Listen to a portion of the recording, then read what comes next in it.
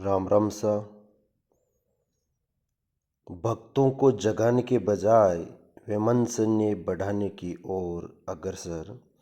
जिस राम के नाम पर जो पार्टी सत्ता में आई, उसी पार्टी के पूर्व विधायक आज अंग्रेज़ों की चाल चल रहा है। अभी भी वक्त है। इस भारत की भोली भाली जनता को समझ जाना चाहिए। पिछले कुछ वर्षों से संपूर्ण भारत में रामनवमी पर शानदार कार्यक्रम आयोजित होने लगे हैं। हर व्यक्ति अपनी आस्था के अनुसार इनमें बढ़ चढ़कर भाग ले रहा है। राजनीतिक रोटियां सेकने वालों ने राम जी की रामनवमी को भी नहीं छोड़ा। राजस्थान विधानसभा के प्रतिपक्ष नेता टीकूराम जूली राम जी के मंदिर में दर्शन करने के लिए जाते हैं। आराम से दर्शन करते हैं। पुजारी जी के द्वारा माला पहनाकर प्रतिपक्ष नेता का स्वागत किया जाता है। पुजारी जी के मन में या राम जी के मन में कहीं कोई किसी प्रकार की मलिनता नहीं होती है। परंतु थोड़ी देर बाद बीजेपी के पूर्व और वर्तमान हारे हुए विधायक ज्ञानदेव आहूजा आते हैं और मंदिर परिसर में गंगाजल छिड़कते हैं और कहते हैं कि मंदिर अपवित्र लोगों के आने से अपवित्र हो गया है। इस घटना पर बीजेपी कांग्रेसियों के आने पर बता रही है और कांग्रेसियों के द्वारा इसको दलितों का अपमान बताया जा रहा है, क्योंकि इस हिंदुस्तान में पहले मंदिर तो बहुत बड़ी बात है। अनुसूचित जाति और अनुसूचित जनजाति के लोगों को सार्वजनिक स्थानों पर भी नहीं आने दिया जाता था। जैसे कुएं, बावड़ी, तालाब आदि स्थानों पर भी दलित पिछड़ों को नहीं आने दिया जाता था। और अभी कांग्रेस भी मरणासन की स्थिति से गुजर रही है। कांग्रेसियों का विरोध करने वाला मतलब बीजेपी के आकाओं का पसंदीदा बनना। क्या ज्ञानदेव आहूजा अपनी खोई हुई राजनीति में स्थापित होने के लिए ऐसा कर रहे हैं या शुरू से ही ऐसे ही थे, यह तो वो जाने। पर इस घटना से राज्य में वैमनस्य से फैला है, इसमें कोई दो राय नहीं है।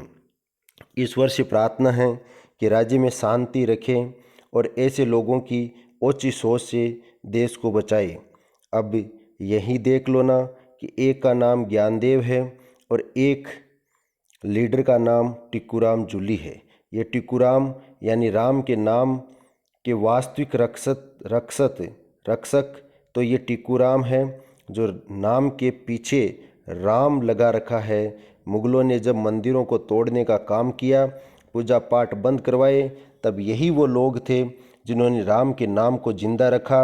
और इनका संबोधन भी राम राम सा है। बाकी तो मुगलों से डरते जय माता दी, जय ठाकुर जी की करने लग गए। परंतु यही दलित शोषित पिछड़े व्यक्ति ही थे जिन्होंने अपने नाम के साथ राम के नाम को भी जोड़कर जिंदा रखा। परंतु मेरे ये समझ में नहीं आई कि बीजेपी कहती है कि हमें राम राज्य लाना है, तो क्या राम राज्य में बिना विपक्ष के लाना चाहते हो? तो यह बहुत खतरनाक है।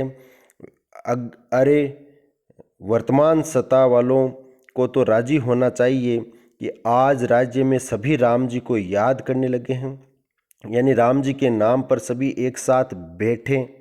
अगर ऐसा हो जाए तो सार्थक चर्चा भी हो सकती है। इस देश को सार्थक चर्चा की आवश्यकता भी कहाँ है? अगर ऐसा हो जाए तो फिर एक एक समस्याओं पर हल होता चला जाएगा।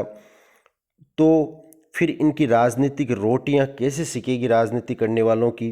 कायदा तो यह बनता था इस रामनवमी पर इनका कि भाई आओ बराबर बैठो और इस बात का चिंतन करते कि आज मंदिरों में करोड़ों रुपयों का चढ़ावा आता है, इसका सरकार अल्पसंख्यकों के ऊपर खर्च करती है और मंदिरों पर सरकार का नियंत्रण रहता है।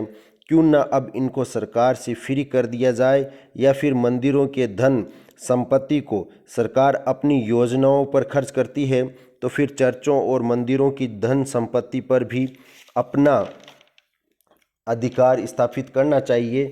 ऐसी कोई सार्थक चर्चा करते तो बात बनती, पर ऐसी चर्चाओं से इन राजनेताओं को कोई लेना देना नहीं।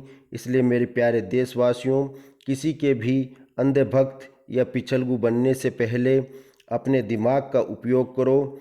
आज हर घर में पढ़े लिखे हो, इतिहास पढ़कर चिंतन मनन करो, ताकि हमें पता भी चलना चाहिए कि हम सभी वर्तमान समय के स्वर्ण युग में जी रहे हैं। इस तक हमें पहुंचाने के लिए अपने पूर्वजों ने कितनी मेहनत की होगी। आओ हम सब मिलकर अपने अपने राम को जिंदा रखें। इन नेताओं का राम तो निकल गया है, पर अपन तो जिंदा रखें राम को अपने अंदर। राम राम सा, राम राम सा, राम राम सा।